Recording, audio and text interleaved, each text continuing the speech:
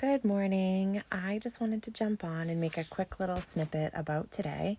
For me, October 13th for the past 20 years has been one of the hardest days ever of my life. It's a day where lots of thoughts go through my head and regrets and woulda, shoulda, couldas. And so, what does that mean? My cousin committed suicide Friday the 13th, and it was absolutely appalling for me, but it was really, really hard. She's been gone now 20 years. She died in 2000, and I still remember the day like it was yesterday. I was a cheerleader. I was peppy, happy, Susie home high school.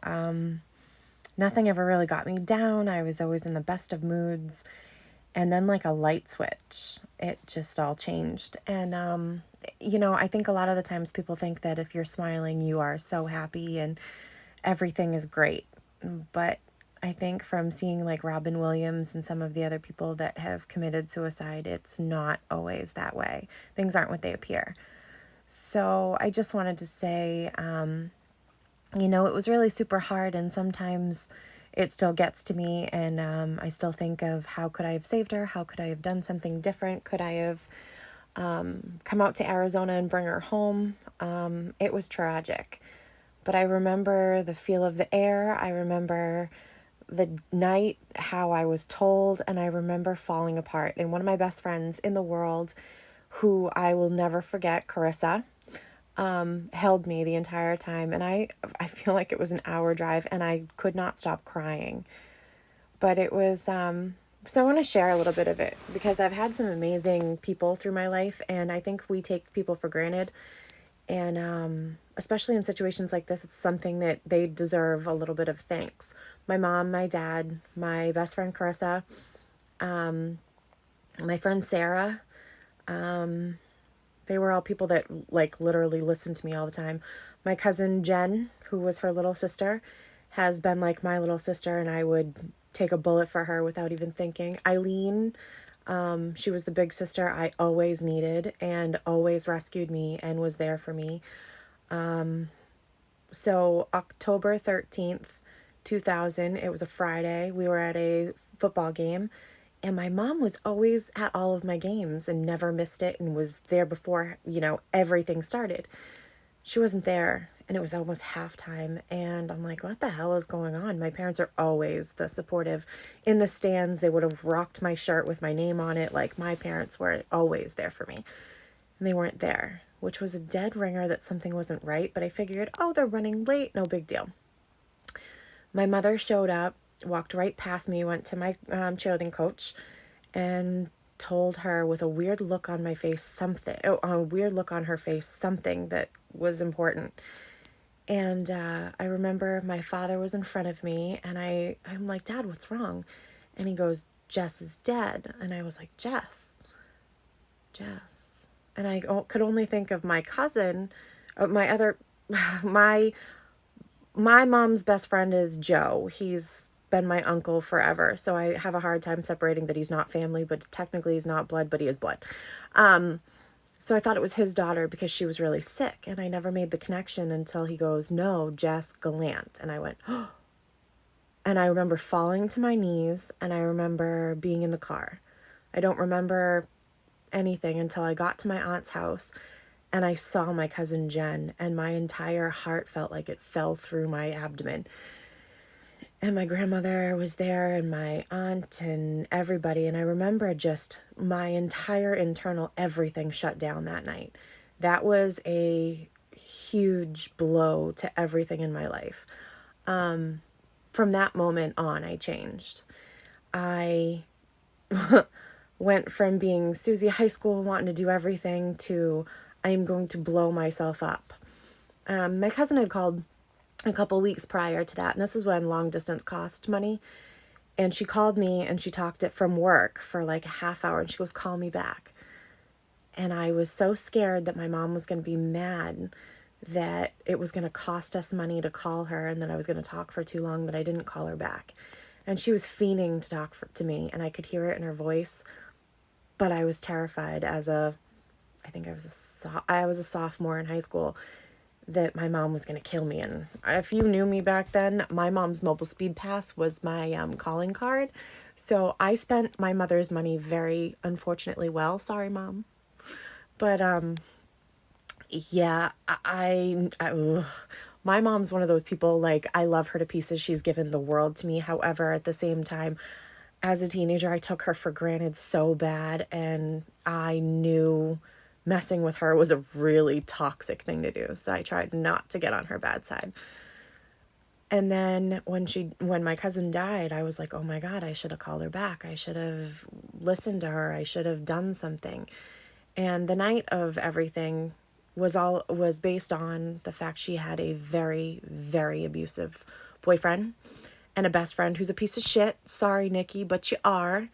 And Nikki didn't do anything, and I still blame her. I hate her to the depths of my soul because she was supposed to protect my cousin and didn't. So I don't have any respect for her. Corey, the man that ended up beating the shit out of her and causing her depression and her death, has now been dead himself. So I won't really give him any credit here or any notice. He's a piece of shit too.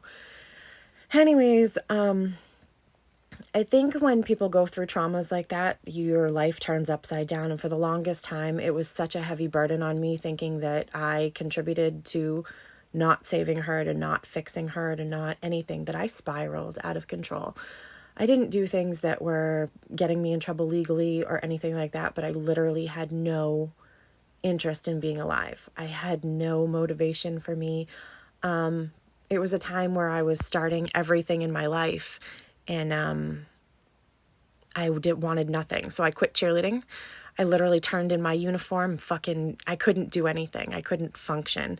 I wanted to just run away from every emotion. I didn't want to be in high school. I didn't want to do, I'm not kidding. I just wanted to be alone. And thankful enough, I had my license not far after that, and I would just disappear and sit in the soccer fields for hours because no one was there, or by a body of water, and I would lay on my car or I slept on her grave for a lot of my, oh God, years. I would just go into the cemetery and sleep on her grave.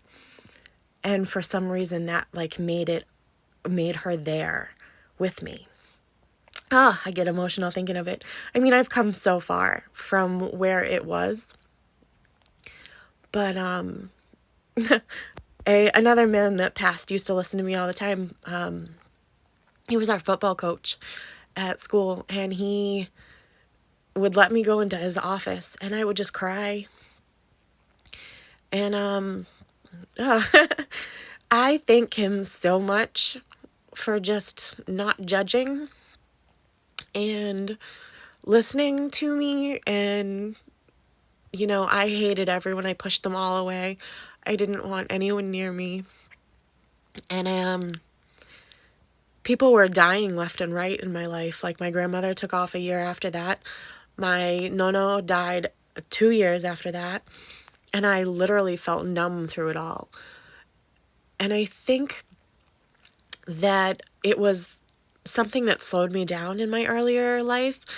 From about the time that it happened until I had my son, I didn't have any emotions. Everything was shut. I didn't like myself. I didn't have any confidence. I didn't care what happened to me. And then, I had my son, and I was like, okay, this is my reason now to get better. And I was in a toxic relationship with the father of my children, and thank God I do not have to see him anymore. My kids don't have to suffer from him anymore, so that's a whole nother topic. But my kids give me such a reason to be alive, and so many purposes to be better and motivate myself and be the best version of myself every day. So I also have to thank my best friend in the entire world, Alicia. She stayed up with me so many nights, and we would just be silly, or I'd cry, and we would talk about everything. And life made sense because for her, she didn't care that I was literally falling apart inside. She was just there to listen to me, there to be there for me, there for my depression, my moments. And people like that really matter. There's so many people in the world that'll say they'll be there for you, but then when things get really rough, they're not. And some people are your destruction, unfortunately. I've learned that the hard way a couple times. And you just have to walk away. If someone's not treating you right or doing good by you, you have to walk away. I was in an abusive relationship myself, and it was after Jesse's demise, obviously, because I was so young then. I had a decent boyfriend through high school. We just didn't match. In high school, you're dumb. You find the person that is most like you, and they help shape who you are, but I don't think a lot of high school relationships are mature enough to last. And they're definitely not what you need in life as you change. So I thank myself for the lesson. Thank them for the lessons that they gave me. But I think a big thing about it is making sure that you grow and learn to evolve and change and be the person you were meant to be. Today's really hard. My cousin Jen posted a thing about how it is the 20th anniversary, and I sat on my couch and had a good cry because I can't believe it's been so long. And so someone was asking me what motivated me, and this is kind of what sparked me to make a video, especially where I'm in tears and I'm a hot mess this morning. What motivated me to get into fitness and really care about myself was my kids and the fact that I wanted to show her, Jess, that I wouldn't fall apart. It took me some years and some counseling to get through it and not blame myself. And it made it all click. Mosey, the football coach, used to talk pretty inspirationally and just listen. And, I got to put all that together and say, hey, thank you for being there. I had a huge, great net that cared about me enough to hope that I stayed around, because at that time I didn't really want to. And as hard as that is, it is.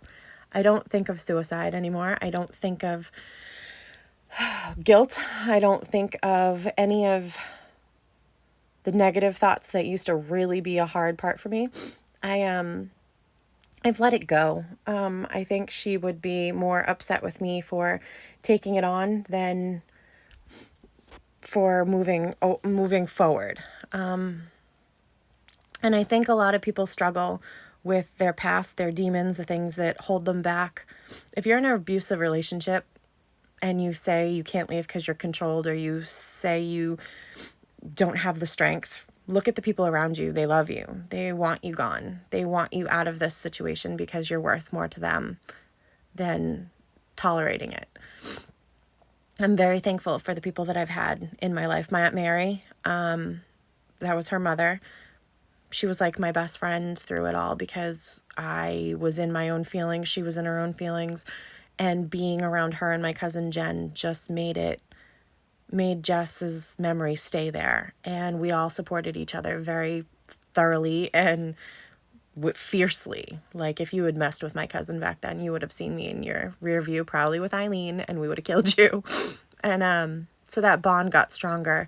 That was one of the good things that came from Jess, was I felt that I had to take care of Jen and be there for her no matter what. And I still kind of do. She's a beat of my heart, and going through the times that we did together has definitely bonded us. And even now we're distant because we lived in different states. Well, she's a mom, I'm a mom. We're doing our own things, but the motivation behind us all is our kids. She has two beautiful boys, and she's an amazing mother. And I never thought she would be a mom, because she was not into that. Growing up, that was not her dream. She was the wild spirit, hippie, tree hugging, no judgment, love everybody sort of girl. And then she fell in love, as it happens, and had this beautiful boy, and her life is great. And I couldn't be more proud of the way she's handled things, and more in love with her kids and her life, and just proud. I know I'm rambling this morning, but my thoughts are like all over the place. So, excuse me.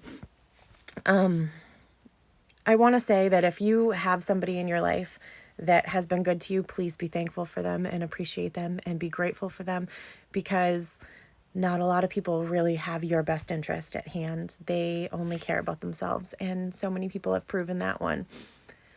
But there's so many good people and there's so many reasons to be thankful and keep going, push in for the better you. I wake up every day and I work out and I eat right and I really focus on my nutrition and teaching my kids and being there for them and being a role model for them, making experiences for them and making them feel special. And I think taking the time for people is huge. I know life's super busy, and as moms, we don't take enough time for ourselves. I find all the time I'm so busy taking care of other people that a lot of the time I don't take care of me, or used to, I should say. Because as moms, we have to take care of everybody. We have to make sure that everybody has what they need. We have to make sure that they're happy. We have to do all these things. But if you don't fill your own cup, you're pouring empty into another empty. You know what I mean? So you need to make sure that you are fulfilled as a person before you can fulfill someone else. And my mom always taught me, not that she was good at it. Mom, I love you to death, but you're not good at taking care of yourself. You always take care of others. Finally, she's getting into that I'm taking care of me mode. I'm proud of her. But my mom always enforced that you need to do self-care before you can do other care, because you just can't care for someone else if you don't care for you. And it's never made so much sense as to when I became a mom and now coaching others and pushing them on their fitness journey. It's a big thing to say, we have to take care of ourselves. You are a mom, you deserve an hour of your own time where you're kicking your ass and feeling your best and empowering yourself, because we have kids to raise. My son has come out of his shell. He is off his IEP, which he had because of his abuse from his father. I should say sperm donor, because he's not a dad. That being said, my daughter has come out of her shell, although she didn't really have too much of a shell. She's now just really blossoming. And that's all because they're very focused on their health, their fitness, their education, their experiences, and they are thriving little beings. So I'm very proud of them. I'm very proud of myself for getting up in the morning and doing all that I do. I keep a very clean house. I work really hard to give everybody homemade meals that are very fresh. I shop, I meal plan. I go above and beyond to make experiences for my kids, or hike, or memories, or movie nights. I love being a mom, and that's my biggest motivation. And when my friend Alicia opened a gym, it kind of sparked something in me, because she had her kids there, her daughter at the time, because it had just started. She had her daughter there at first, and there was a daycare plus a gym, and they were all motivational. It was a team, it was a family, and they were all building each other. It was no mean girls, which I think a lot of the time, women especially are very competitive with one another, and it shouldn't be that way. So today, October 13th, 2020, remember to hold a door for someone. Be nice, give a compliment, make a phone call, say something nice, do something nice. Go out of your way just to make someone smile because it feels good. It's not every day that people care about one another or show it. So try today to do something good. You'll get something out of it. They'll get something out of it. And it's just in the heart, the place that matters the most. Life goes on, life changes, things happen. You can always guarantee that things are going to change. Things are going to evolve. But you can either be part of the solution or part of the stress. It's up to you. So on this 20th anniversary of my cousin Jessica Lee Gallant's death, I wish you all the best. I hope some of this coming out of the dark helped reach out to someone who might be going through an abusive relationship. Reach out to someone who might smile on the outside and isn't on the inside. And know that everyone that you come across is struggling with some sort of battle that you don't understand. Maybe it'll give us a little bit more compassion and make this world just a bit nicer. I'm going to leave you with that. I'm going to head off to work, and happy Tuesday. Let's get it going, guys. Spread that love like peanut butter. Bye.